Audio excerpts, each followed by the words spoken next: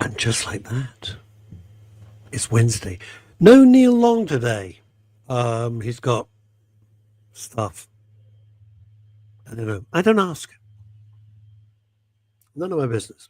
Hi, everybody. Excuse me. I'm Russ Kane. This is the Midday Show. Welcome, watching and listening all over the world.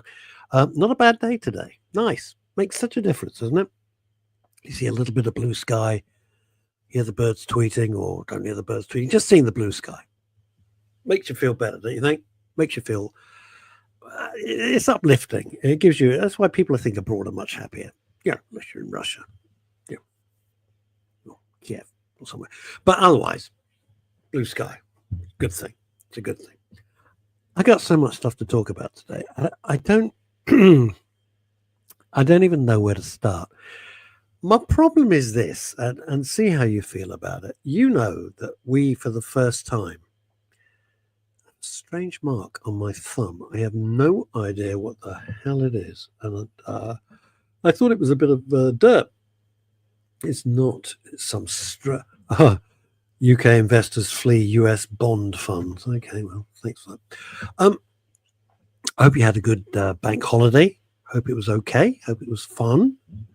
Let's start with VE Day, the 80th. I know it's been done to death in the media, but I got a different spin on it. I'm not going to go through the whole thing about it, but it was the 80th anniversary of the end of the war in Europe. The Japanese, etc., still holding out until Fat Man and Little Boy changed their minds, and I'm not going to get into that. It's a whole other moral argument. Hi, everybody. Anyway, here's my thing. My thinking is as follows. That it showed really how the government's all persuasions, especially this ragbag of, I don't even know what to call them, chances, probably, completely underestimate that this is a patriotic country. This isn't the BBC. This isn't all the crap you see in The Guardian, etc. This is still essentially a patriotic country. Is it patriotic or patriotic? You know what I'm saying. Doesn't really matter. But it is. And they try to turn that into something that it's not. Something that it's not. Hello, Philip. Welcome along. Philip Harling there. Philip Harling. It feels like he should talk like that, Philip Harling. Probably doesn't talk like that at all. But he's got a name like the chef from the 1950s. Who was that? That was Philip. Oh, come on, gang. Philip Harbin. That was Philip Harbin, wasn't it, back in the day? Had a beard. He was on TV all the time when I was a little boy. Anyway, it's okay to be patriotic. Patriotic doesn't make you a Nazi. It doesn't make you right-wing. It just means that you happen to love the country in which you live. You know, I lived in America, lived and worked in America for a few years. Every state building, government building, etc., has got the stars and stripes outside. Looks lovely. Many of the homes, when you go past, have got the American flag, the stars and stripes, flying outside on their own flag post. Looks lovely. Looks great. But over here, it's fascinating. And it's deliberate. It's been hello, Leslie Ian Jones. Good afternoon to you too. It's the constant. Don't you feel the constant drip, endlessly trying to erode history, trying to erode heritage. Some of it good, some of it not good. Let's not kid ourselves. But you know, if you want to fly the flag outside your house, not the Union Jack, the Union flag. Okay. Why not? That's how you feel. I saw just before we came on it, me, on my own, just before I came on air, I saw a tweet and someone had got a message from a housing association. So they'd taken a photo of the note, said, went out shopping, Came back, found this through my letterbox, and it says, "Dear homeowner of number 95 or whatever it is, we notice you have a Union Jack flying outside your house. Take it down immediately." And I'd say, F off. No, why should I take it down? Why? If you find it offensive, you shouldn't be here. It's as simple as that. When I was living in America, we went up to people and said, "Could you take the Stars and Stripes down?" I'd probably get a 357 Magnum shoved in my face. But why would I do that? Why would I do that? If you hate it here so much, don't be here. If a Union Jack offends you so much, you're in the wrong place. Go somewhere where you won't see a Union Jack. So that's the first thing. And the royal family played it pretty cleverly. I thought, I'll be honest with you, and I'd love your views. And I don't want to add to the angst. I didn't think the king, I always call him Prince Charles, because my whole life, of course, he was Prince Charles. King Charles III. Hard to say, isn't it? It feels kind of weird. But King Charles, he did not look well. I'm sorry, he just didn't look well. And I wish him nothing but well. But he didn't look well, I don't think. Maybe that's me projecting, because I don't feel so great myself. But I thought that William and Catherine and the kids, it was all clever stuff, and it all looked good. And those kids are a huge asset, I tell you. They're a huge asset. But my point was this. You saw the crowds. You saw the patriotism, and it's not jingoism. It's okay. Why wouldn't you be proud of the place you live? What's wrong with that? I wonder, when you saw the Lancaster bomber go over, okay, it made me think of my dad. My dad joined up even before subscription. It wasn't bloody Netflix, Russell. Conscription. My dad joined up immediately and joined the RAF and got the rank of sergeant, mentioned in dispatches. But like everyone's dad that I've ever spoken to, any of my friends, they will never, ever discuss the war. I've no idea. He was shipped out to India. No idea what the hell he did there. Mentioned in dispatches, which is a big deal. Did your parents, your grandparents ever discuss the war with you? Ever? No, my dad absolutely didn't. So when I saw that Lancaster, it was very emotional. I got very emotional. I'll be honest, I got very emotional. Thought about my dad, thought about the sacrifices everybody made.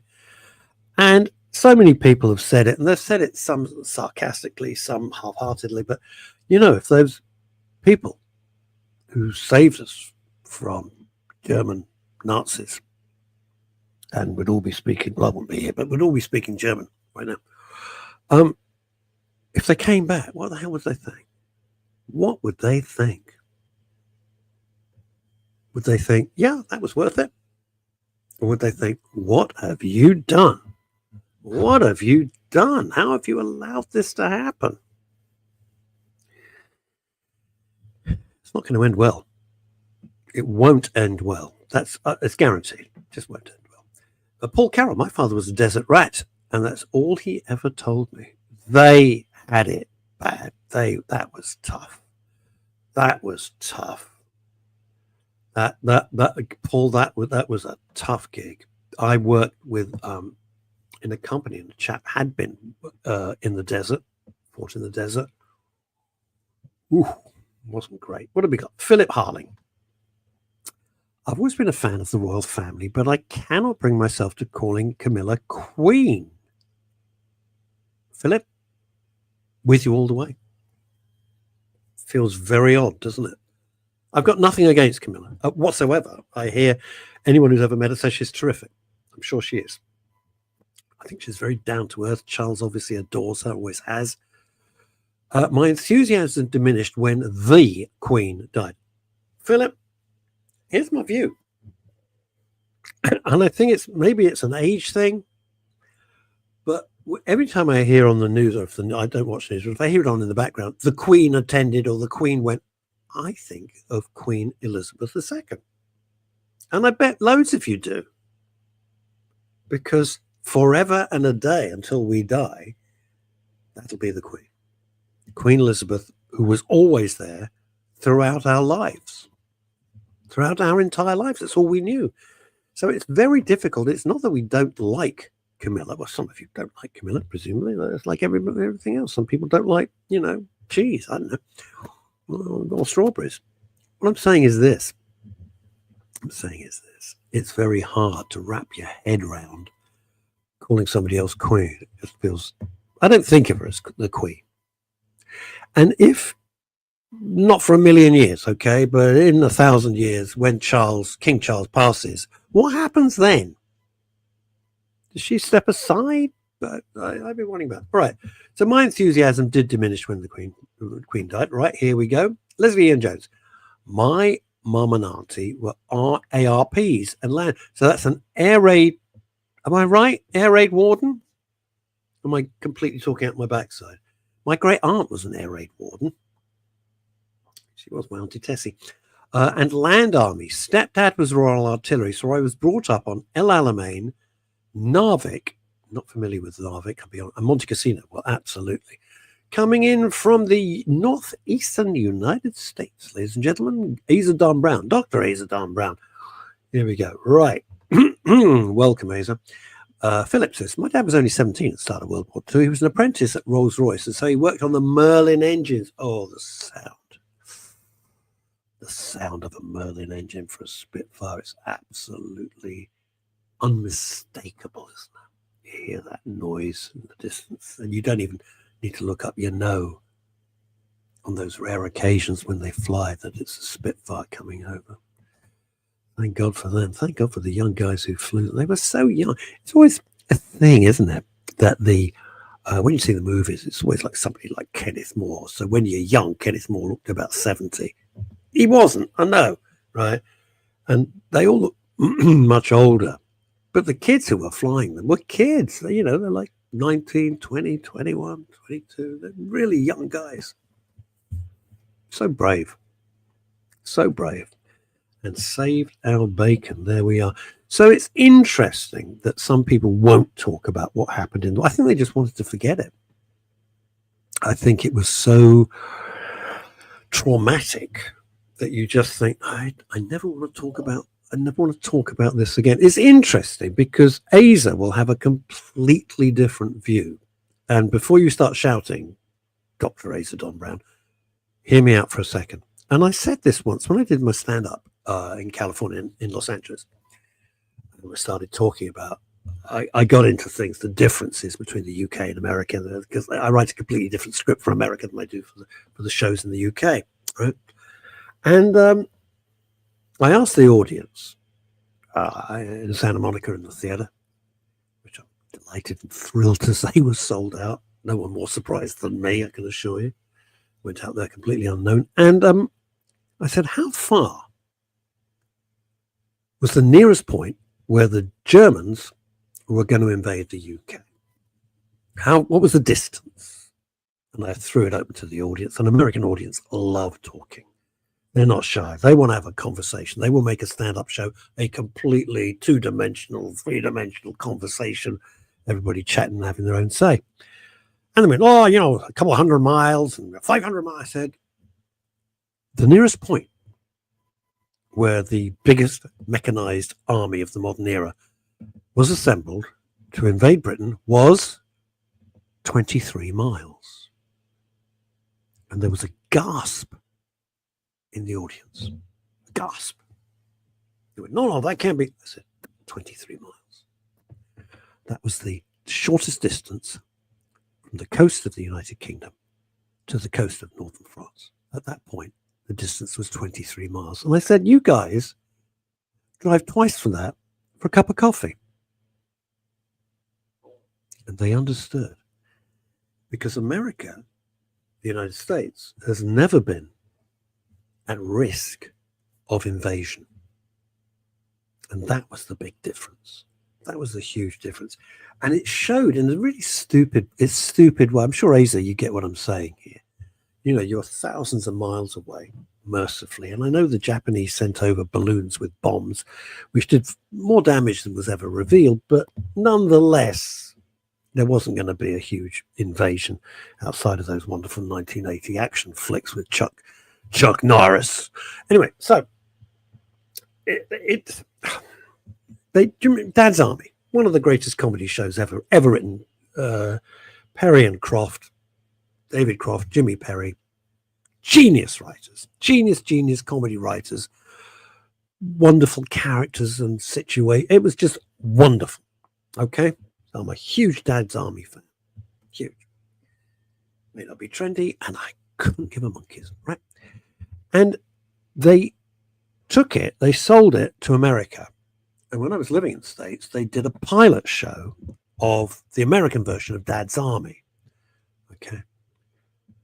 But of course, one element was missing. They tried to recreate Jones and Mannering and all the rest of it, but several things made it last for one episode only.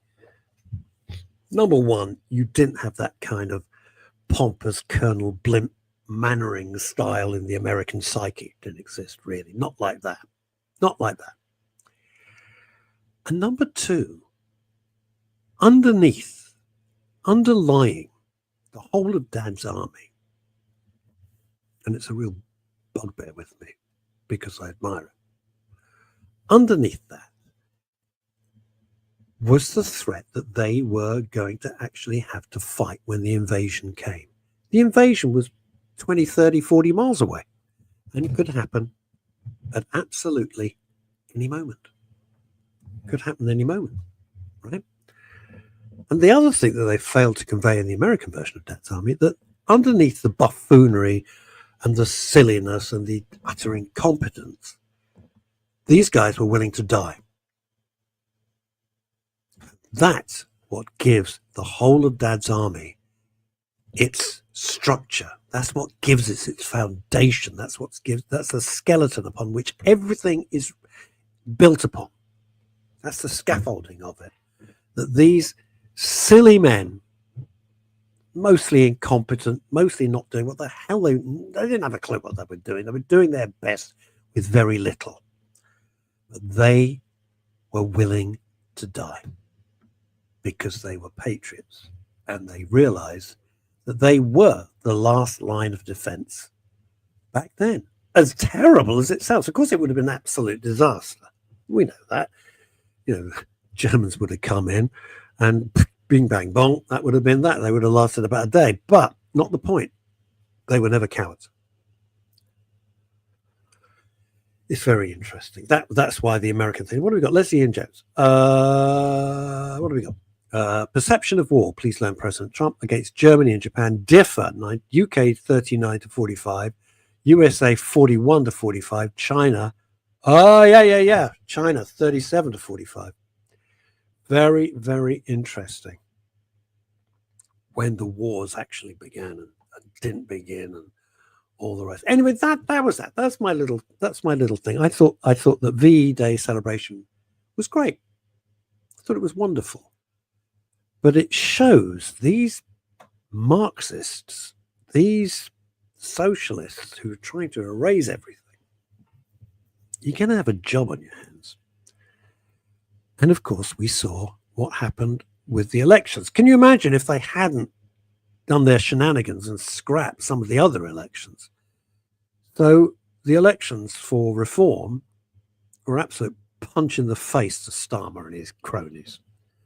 Not much good for Kemi Badenoch either. Let's not kid ourselves. But at least she's not trying to destroy the country. And the other thing is this, and I don't know how you feel about this. It's the first time in my life that we've had political prisoners in this country. I don't remember ever having political prisoners in this country. Ever. But we seem to have that. It's shocking. Justice for one, total injustice for another. I'm not going to go into details because does it come under hurty words? Will they send 6 policemen round to my front door? Take me away in handcuffs? This is not right. And this isn't going to end well. It just isn't. Now, They have no shame. They have no shame. It's fascinating that the Reform candidate overturned a 15,000 majority. A 15,000 majority for a safely held Labour seat. Good. Good for them. Good wake-up call. The other fascinating thing, and I don't know if you saw it, did you see the Labour Party people cheating with the ballot papers? And they demanded a recount, and the correct winner was elected. Did you see that footage? It's shocking. Absolutely shameless. Putting ballot papers, the very foundation of our democracy, putting ballot papers in the wrong places. Yeah, putting ballot papers in the wrong places. They were caught out. They were found out. It's all on film. I'm not making it up. You can watch it. You can watch it on X, Twitter. It's all there. All the footage is there. And they did a recount. Absolutely disgusting. Which don't even get me started on the mayoral elections. Work with some old soldiers, says Paul Carroll, who'd been on the coast guarding us. Jesus Christ. They told me they had one rifle between 5 of them, and they had wooden sticks. Think about that. The biggest, largest mechanical army ever assembled, the Germans. We had one rifle between 5 people and wooden sticks. Leslie Ian Jones. I'm reading it live. I mean, I don't get to see it before you do. Okay. Even at the height of Germany's power, Hitler never marched into the Vatican. I never thought about that. There was a threat asking how many divisions did the church have. Pointed out that Catholic nations in South Central America were neutral. That would change overnight, so Hitler backed off. Unbelievable, not? The Vatican. I saw a wonderful little clip today. Have you seen Conclave? It's a very good film. Conclave with Ralph Fiennes, etc. And it's a great cast. Stanley Tucci, Ralph Fiennes, and John. Oh, Third Rock from the Sun. Can't remember his name. John Lithgow. There you go. It's a good film. Anywho, I mean, it's not a great film. It's a good film. It's not like great film. It's a very watchable film. Beautifully shot. And fascinating, too. The end. I didn't like the end. I'm not. No spoilers. No spoilers. I didn't like the end, but I thought, oh, for Christ's sake, really. But the rest of it was really interesting. And yeah, and I saw this little article that says the people. So they go. The film's called Conclave, and the conceit of the film is that the Pope dies. Natural causes, there's no mystery there. So Pope dies and they've got to elect a new Pope, and it's all the political machinations behind the scenes of what happens, who's it going to be, and who's voting for who, and there's block voting, you know, the usual political crap that you get with any election, right? Except it's for the Pope. The end, I went, oh, really? But the film up to that point was great. So, and they're saying that a lot of the people in the Vatican, because they haven't started the conclave yet after the Pope died, they're being told, they're watching the film to see how it's going to go, like it's a documentary. Wow. Okay. We always forget, you know, you live in the UK and you think, you know, you might be cross about what I'm going to say. You live in the UK, right? And you think, well, the Vatican, lovely place to visit. It's architecturally stunning. No particular interest to me because I'm there. But, you know, that's what you think. Of course, you forget that the billions and billions of people who adore the Pope, who, for them, it's incredibly important. And why not? Why not? You forget that. Billions and billions of Catholics around the world, this is incredibly important to them.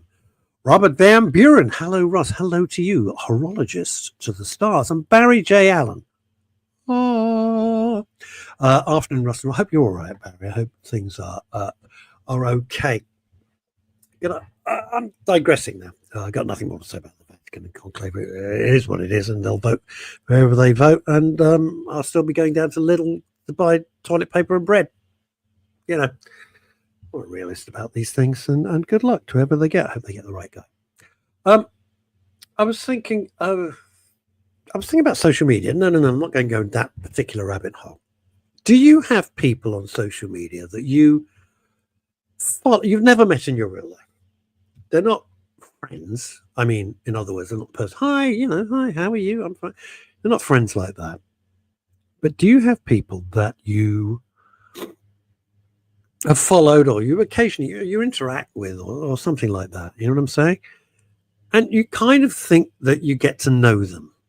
Does that make sense? Yeah, there's people on. It might be Facebook. It might be X. I don't do Instagram. I've got no interest. I should be able to. So I don't do it. I do LinkedIn just for business, and I do Facebook for a laugh and promote stuff. And yeah, so there's people that you know. If you get, oh, well, Julie, I don't want to be rude, but what do you want? Semi-skimmed? Do you want full fat? What do you want? You want oat milk, soy milk? You don't just say, I could do with some milk. See, that is the sort of inaccurate detailing that leads to complications. Straight away, there's a problem. Straight away. I need full details, Julie. Philip Harley. Do you remember the film Pope Must Die starring Robbie Coltrane as mistakenly elected Pope? Somebody shouldn't laugh, but sod it. Somebody altered the poster of the Postman Diet. I was at a car show once.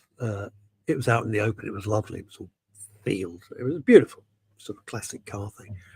And Robbie Coltrane, in the distance, was in a convertible. Come on, Rossi, get this right. Alvis, beautiful Alvis, which was a favourite car of the Duke of Edinburgh, Prince Philip. And the top of the car, the roof was folded flat, and he was sitting in it. He looked enormous.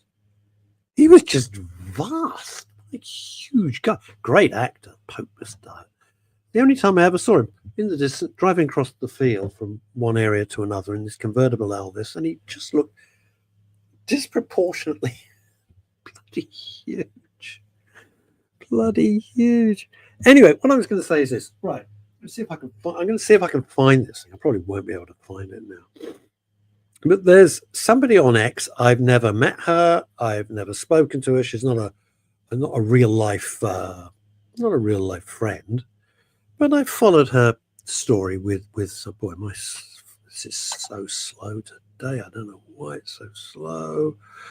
Let's just see. Just hang in there. Here we go. And I wake up and I just scan. I like to get what the news is, and I get this. And it's from a lady, and her name is Charlie Smith.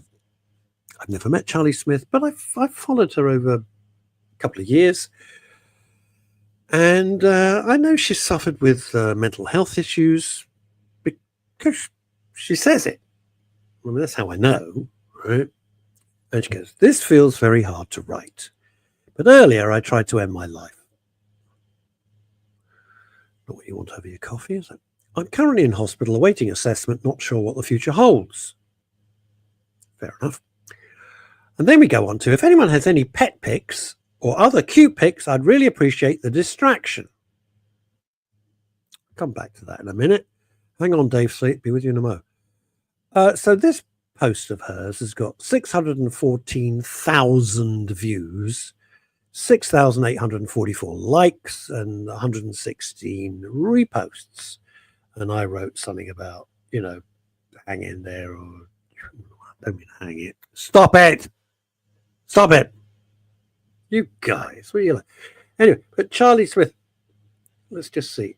And I just want to read what she has in her bio. She says, radio producer at BBC Norfolk. Okay, radio producer, BBC. Bipolar, OCD, and anxiety. Love running, swimming, long walks, and playing football, usually found outdoors. And she's from Norwich. From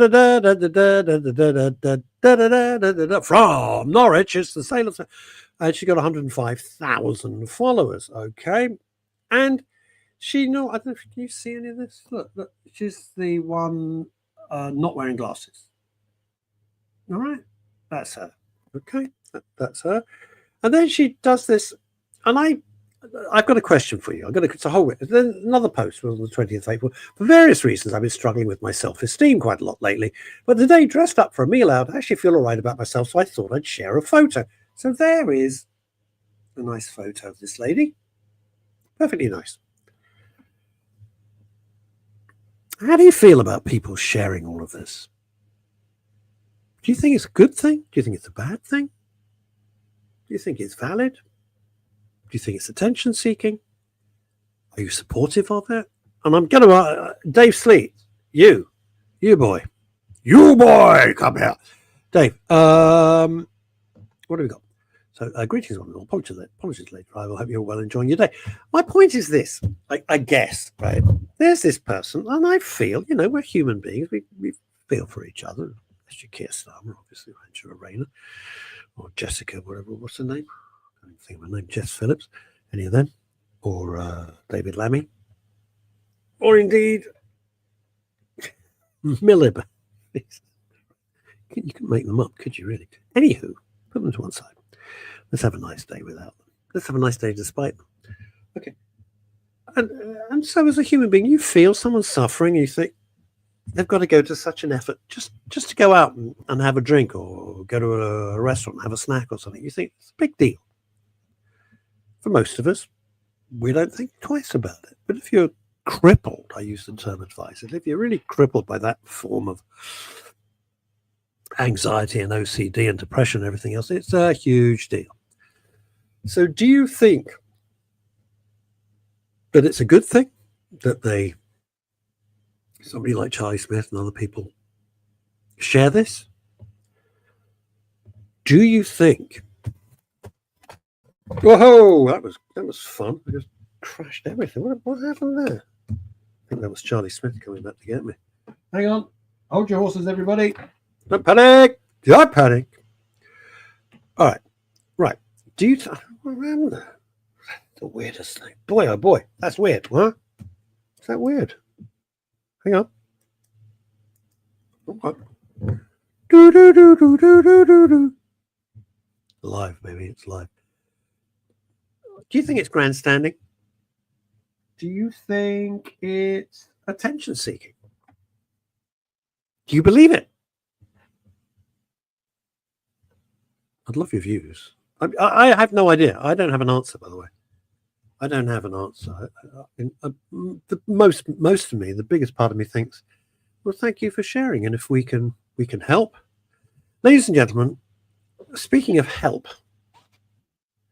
she's here. You know her. Hello. If she's not swimming, she's barbecuing and having a party. No, I'm not swimming. You're very quiet for some reason. I don't know why. Am I? Don't know why either. No idea. Couldn't tell you. I like being quiet. Is that any better? I'm speaking into the mic. I can't speak any louder. Oh, it's all right. I've got you now. It's just my phone takes a while to catch it's up you. with So you're basically blaming everybody, but it's your fault. Bloody typical BBC. Typical BBC. For fuck's sake, you shitty piece of crap. Do as you're told. Oh my God. You see, the real Liz Saul unveiled there. See it? That was the flimsy, thin facade of the BBC. Ripped. And underneath, a cesspit of hatred and vile temper. Anyway, what do you think? I'd really like your comments. Otherwise, I feel I'm talking to myself, which I probably am most of the time. So it's that. Do you think they're valid when people have a lot of problems? There she is, and we heard every every word there. By the way. Oh, good, excellent. So I'm getting a new phone soon. Oh, good, great, and so I should have less problems. Yeah, what have you got that you don't like, so we can avoid it? Oh, a Samsung. I've got a Samsung. I'm very pleased. I stick with my Samsungs. I've had many. No, I would. I've had this Samsung 4 years, so okay. I need to get a new one. To be fair, it's done a lot for me this morning. It's taken video footage. It's taken of what? Of your neighbour? Of roadworks. Oh, bear with me a second. I've got to disappear again. Hang on. Oh, gee, she is like. Yes, Leslie Ian Jones, and this is true. Leslie Ian Jones is saying this. Were the words authorised by the BBC? No, but I will be writing to the Director General and making a long and detailed complaint about Elizabeth's Better Call Saul. There we go. Never get tired of that. Philip Harling, here we go. He did reply. Philip, maybe the people that follow her have the same anxiety issues and they feel helped by her positive actions. That's a very good point. Lead by example. As my late dad had this phrase. He says, a fish stinks from the head. It took me ages to work out what the hell he was talking. I thought he was talking about Sam Stollers, the fishmongers. But Pop, I was like, you're a little boy, you hear this, you go, what the hell? So what do you think, Aza? Come on, you are the expert on this. Do you think it's helpful when somebody, I'm taking Liz off. I don't know what the hell's going on there. Do you think it's helpful when someone pours out their heart like that? Or do you think it's grandstanding? Look at me. Look at no. Look at all of that stuff. Speaking of that, did you see some of those outfits at the Met Gala? Jesus Christ. What is the matter with these people? Are they mentally ill? Are they so pathetically desperate for attention that you turn up wearing like 2 strips of fabric, just about covering, well, not very much. Just like, really? Get over it. And then, don't objectify me. Do not objectify me. Do not sexify me. I want to be considered as an actor. No, you don't. You're turning up like a stripper. You look like a $5 whore down in Vegas. Stop it. Right. What do we got? Dave Aisley. The motivation someone has for sharing is only as powerful as the motivation behind the audience's response. Oh, Dave, you're losing me here because you're too clever. The positive reception. Liz, help me out, for God's sake. The positive reception will be felt by those that have a positive benefit from the shared comments. Those with a negative reaction will most likely have their own emotional structure. Oh. That suggests to me that if you're full of angst and you're therefore, the angst will come across in your voice, the frustration, as I had a few moments ago. No, we never noticed. We didn't notice that. By the way, was there an issue? Was there an issue?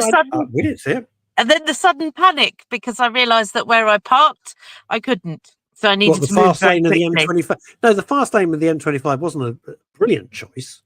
But what the hell? You're Liz Saul. You do what you want. No. I'm a law-abiding citizen. But I've been chasing all round the wilds of Kent today, looking at roadworks. Because lots of people have complained to us about roadwork. So we thought in the region we'd do a look-see on all the various roadworks going on. By region, I mean the region in which I live. I come under the southeast in terms of BBC regions. Welcome to BBC Southeast. But you'd be amazed, Russ, actually, because roadworks and potholes are the single most talked about thing.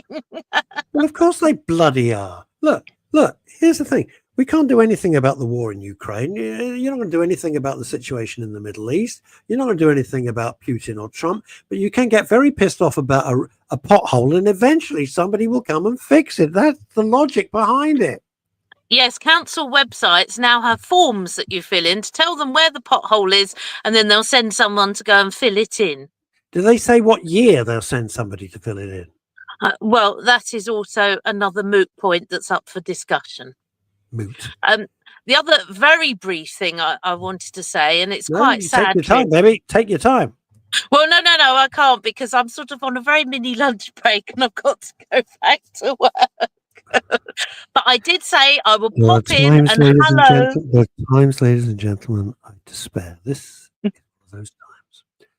Right, Here's the question. Have you been on Dominic? No idea who that is. Dominic's show on Kent Wireless. I don't know what that is. Dominic King, he presents the mid-morning show, or the daytime show as it's now called, on BBC Kent from 10 in the morning till 2 in the afternoon. It's very interesting, actually. Covers all sorts of weird and wonderful topics and asks very pertinent questions. which I'm sure Mark would be delighted to partake with on occasions. But he's actually on holiday this week, so his show is being covered by the lovely Sophie Sutton. And none of that makes any sense to me. I have no idea what you just said. So Paul Carroll says this. We were talking about did you catch anything that I was saying when you were swearing and punching your phone? No, because I couldn't hear you. You missed nothing. That sounds like attention seeking to me. But my pet hate are people who constantly take photos of their meals. Met Gala, absolute disgrace. How they sleep at 9. Well, do you know, I'll tell you what, Paul, I don't go along with you've got so money, but so you can end poverty. I don't go along with that. I do go along with you look like a complete horse's ass, and you look like a $5 hooker from, Atlantic City instead of an actress, and then you complain about being objectified because you come dressed as a prostitute. Honestly, you look like idiots. You look like idiots. And then Pamela Baywatch, give me her surname. Pamela Anderson. Thank you very much. Pamela Anderson, Baywatch. She turned up with her new look. The fringe was short, no makeup, beautifully dressed, and the Daily Mail called her frumpy. Oh, for goodness sake. Rude. How bloody rude. She looked great. I'm sure they would have had something to say if she'd turned up in a bikini as well, for goodness sake. Did you see what Halle Berry was wearing? No, because I was out and things. So what, you weren't at the Met Gala? They didn't invite you to the Met Gala. Well, I don't know if they did or they didn't, but I had better things to do. That's what I like about your attitude. I like that. You give the finger to the world. I was out having dinner. Pamela Anderson looks lovely. She looks like a woman of her age. She has embraced it. And she looks classy. No, I mean it. She looks classy and she looks great. And bravo to her. Yes. Bravo to her. Oh, yes. She looks fabulous. Those other people look like they've escaped from Zippo's circus. No. That might be cruel. They do. It might be cruel to Zippo. You're right. I'm sorry. If you're a Zippo Circus family member or whatever, I apologize. Billy Smart Circus. There we go. All of those. All of them. I've got some sad news this week. One of our family's cats died very suddenly, so we're all a bit upset. One of your family's cats died. Yes. Right. Scruffy. He was only 5. Oh, and what happened? Well, we're not quite sure. The neighbour saw him at the bottom of the garden and said something doesn't look right, and he was just gone. It's all very sudden. Did you see? Well, he just died on the. But he wasn't moving, Oh, it wasn't a statue. No. He just wasn't moving, and that was it. He was gone. He wasn't moving, and they took him. Scooped him up, but he was not. He was not heart beating or anything. Did you cover it on the show? No, not today, because we've been talking about roadworks, not animals. Sorry, you got from 10 in the morning till 2 in the afternoon. You got to fill with something. No, I think a that's dead not cat. Me. I'm not doing that show. That's Sophie. I've been an intrepid reporter today. If you go to the BBC Kent website, you will see some of my material that's appeared online about roadworks. Okay. A question for you there. If we're going to talk about roadworks. Oh yes. Okay. Just briefly, is it to do with the fact that the council's budget? It's that time of their budget, so they've got to throw all the crap in and get it all done because they don't get the same budget next year. Is that what the deal is? No, it seems to be more the case that quite a few people contacted us that there's a lot of roadworks going on all at the same time. Yes, that's the point. Mm. That's the point. They all do it at the same time, so you can't move. Exactly, but it's not all to do with council budgets, because some of the roadworks are utility companies. So it could be a gas company, it could be a water company, it could be an electric company, and they don't. They obviously have to apply to the council for various permits, but the money for it is down to the individual company. But now, are they fined? Did I make this up, or maybe I dreamt it up, that they get fined if it overruns? People get fined. Is that a new deal? I'm not sure, actually. You're the road to repair expert. You are the BBC's repair expert. You don't know. Actually, if you do run, if the roadwork's overrun, it does cost more money. But whether that comes from additional Probably fines and things like that, I don't know. But certainly it costs more money if it overruns. Somebody has to pay the extra wages. I've got a big question for you, Liz Saul. Another one. Yeah, huge question. Only the big questions from me today because I'm in the mood, baby. Right. When you did your tour of roadworks, Yes. was anybody actually doing any work? Yes. Oh, There yes. were people there. Yes. In fact, there were 3 lots of different roadworks at one junction. Lovely. This is from Paul Claridge, who's having a rotten week. I'm sorry, Paul. I hope it's not health. Sorry to hear that, Paul. Yeah. Yes. Liz, BBC Kent. You Yes. reporting on roadworks. I don't know what this means. I'm going to read it out. I have no idea. Are you Anne Bond in disguise? No idea what that means. I've no idea either, but I haven't always been Liz Saul, and I always will be. So we don't know who Anne Bond is. No. Basically, Paul is hallucinating. He's just hallucinating. He's high on Alka-Seltzer. He's freebasing wine gums. And I hope tomorrow's a better day. Absolutely. Paul has a very, very hard life. And he remains incredibly stoic. I always tell him that he's an inspiration. Not a perspiration, an inspiration. And it's kind of, yeah. How did the BBC react? How did your guys react to the Reform slaughtering Labour down whichever place it was, Runcorn? Kent County Council. They are Reform UK. We understand in the process of choosing a council leader, and we should be hearing from them in the coming days on that. All I have to say is, look no further. They're available. And Bond. You should go and chat with them. Anyway, I do have to disappear, but it's been Did marvelous. you really join us in your lunch hour? That's so sweet. I did. For about 10 minutes, driving here and there. I've stopped. I said to you I would drop in, so drop in I have. Okay, well, you are very kind. I can drop in again on Friday as well, if you like. And I have no idea what's Friday. I know because we've got our theatre guy. We've got Chantel. Oh yes, showbiz. Showbiz, darling. Right, Liz, bless you for dropping in. Have a great day. Bye bye. The fabulous Liz. Better call Saul. Right now, we've got this, and I don't understand. I still don't understand this. You're going to have to explain it all. Anne Bond is an N. Take 2, love. Still rolling. Hello, Stephen. It's Clem Fandango. Can you hear me? Yes, I can hear you. Anne Bond is an INRIX. I have no idea what that means. Legend, and a great friend of me and Paul. Surely it should be a great friend of Paul and I. What's INRIX? What's that? I don't know what that means. I have no idea. INRIX. God knows. Right. The lovely Rosemary Jessup. Easy, Dobbin. Easy, Dobbin. We...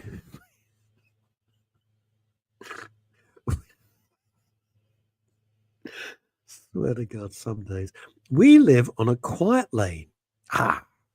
Oh, why did I do that? She's not in Devon. We live on a quiet lane. Only locals use as a rule.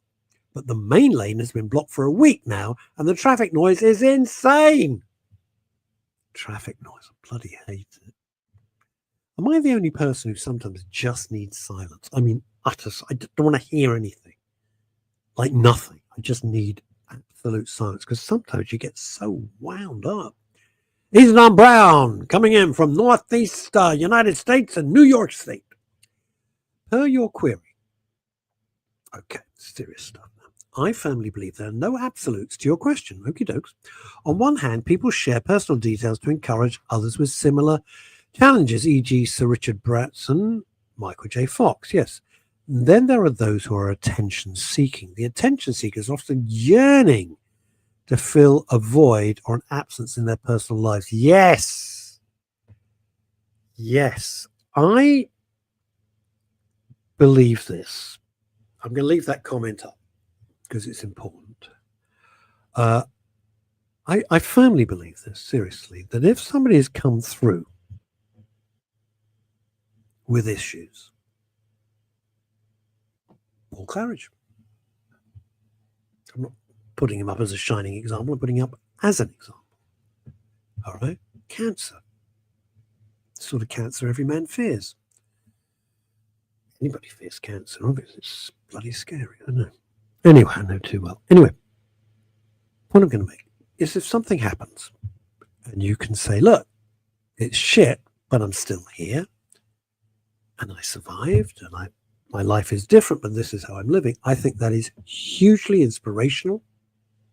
It is helpful and it gives hope. I think that's wonderful. When people are attention seeking, it completely dilutes that. So, Asa, you're absolutely right. What do we got? Philip Harlan. Where I live in Yorkshire, countryside, the traffic through our village consists of cyclists, not many because I shoot them. Horses, I don't shoot them, and tractors. In fact, I married a Massey Ferguson.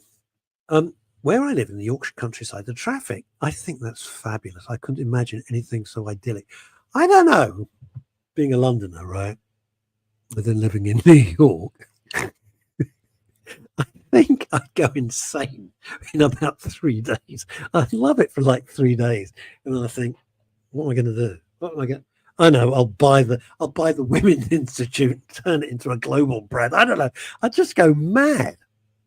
I think I'd go nuts, or maybe I'd absolutely adore it and curse myself for not having done it 40 years ago. So Yorkshire countryside, where Philip lives, the traffic is cyclists, boo! Horses, love them, and tractors, love them, love tractors. Right, back to the Claridge. Anne Bond, who I've never heard of, but what the hell. Anne Bond was a travel girl for a number of BBC local radio stations before the idiots in charge ditched the service in a so-called money-saving exercise. You know what it was about, Paul. We could talk about that for hours. Anne found herself out of work. INRIX provided travel updates for the BBC across a number of local stations. Okay. Like in the early days when we were doing travel on Capital Radio, they used to have AA Road Watch and all of that sort of stuff. Right. Back to the... Right, exactly. And horses whinging. No, they whinny. God, how many horses? You've got loads of horses. We're posting pictures of your horses in the field. Again, the poltergeist. I woke up this morning. I'm going to tell you something weird. I'll tell you something very, very weird. This is odd, all right? But, you know, we've always been sort of honest with you. No, we've always been honest with each other. I'll come back to you in a minute, Rosie. I woke up, I was convinced my mum was next door. Convinced I could feel her. Weird, out of nothing. I wasn't dreaming about her or anything. I kind of thinking about the day ahead and the projects I've got to complete today and stuff. That I got speeches to write and stuff like that. And I was convinced I could feel my mum next door. Is that weird or what? I don't mean anything spooky. I didn't see her. I just feel her presence. Right, back to Rosemary Jessup. Exactly. What do we got? Horses and whinnying, buzzard. Oh my God, buzzard, red kites, deer, and owls. Which is odd because she lives just off Leicester Square. I don't know how that's happening. What's this? Is there a chance? Oh, sorry. Got to go. No, it's Yorkshire, isn't it? Yorkshire. Right, lad, got to go. Delivery of sand and cement. It doesn't sound like much of a lunch. Could we get Petri on here one day? It would have to depend on her contract, actually.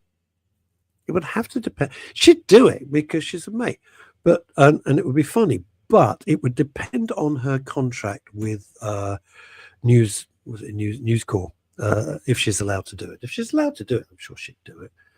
Do not ask me to get Timmy Alexis Carrington Ward on the show because I haven't got the energy. I haven't got the energy. Typo. That is the most amazing. What is the most amazing? Well, your typo was amazing. Yeah, I love this though. What a different. We all live different lives. Look at what Rosemary Jessup's got. She's got buzzards, red kites, deer, owls, and her horses, and her lovely dogs. And Rosemary used to be a wheeler dealer of the first order. So her life has completely changed. And I think she's the happier for it. Well, who knows? I don't know. That's the most amazing and beautiful experience. You are blessed. Oh, what thinking my mum was next? Well, it's kind of bittersweet, isn't it? You know, you think, oh, my mum's next door in the next room. And then you think, oh, she's been dead for years. God's sake, she's been dead for years. Come on, boy, get a grip. What do we got here? You get Petrie, I'll get Ian in Surbiton. He's cheap. I mean, as I said, I can ask Petrie, but it does depend on her, whatever contract she signed with Mr. Murdoch on that. Her show's great, but I loved it. I'll be honest with you, I absolutely love doing her show. It's such a laugh. But when they go into the ad break, she and I, because we've known each other a long time, it's disgusting. If they ever left the fader up, because we rip into each other so bad. Very polite when we're on air, but when we're off air in the little breaks, it's hilarious. We are so bad. We are so bad.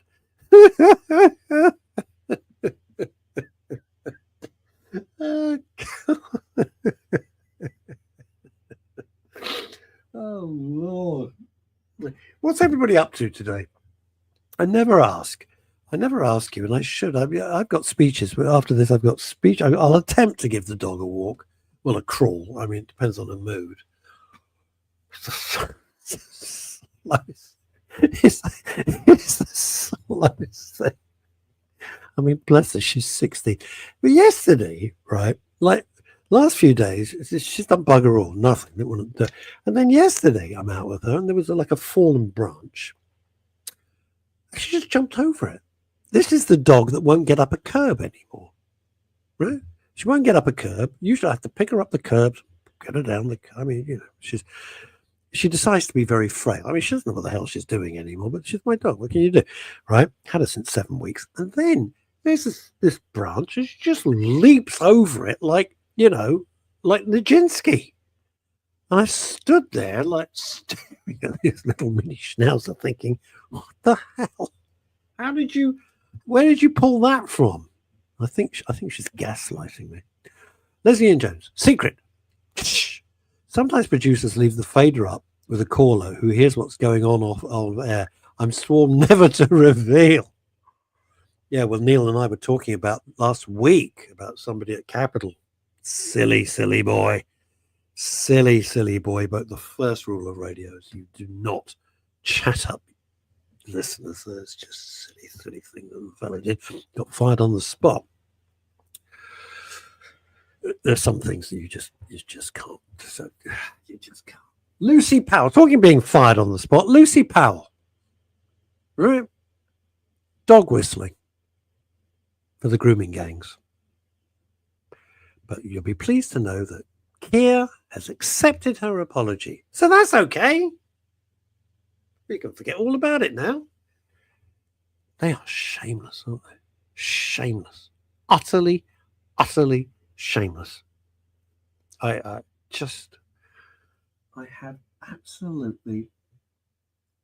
have no words. I look at it and I think, why do we bother? Why the hell do we bother? I don't know. Maybe I should go into politics. Give them a kicking. Right, I got a few minutes left. And I found this yesterday. Can you see me? It's 5 ways from the Daily Telegraph, which I quite like. 5 ways to oh, for God's sake.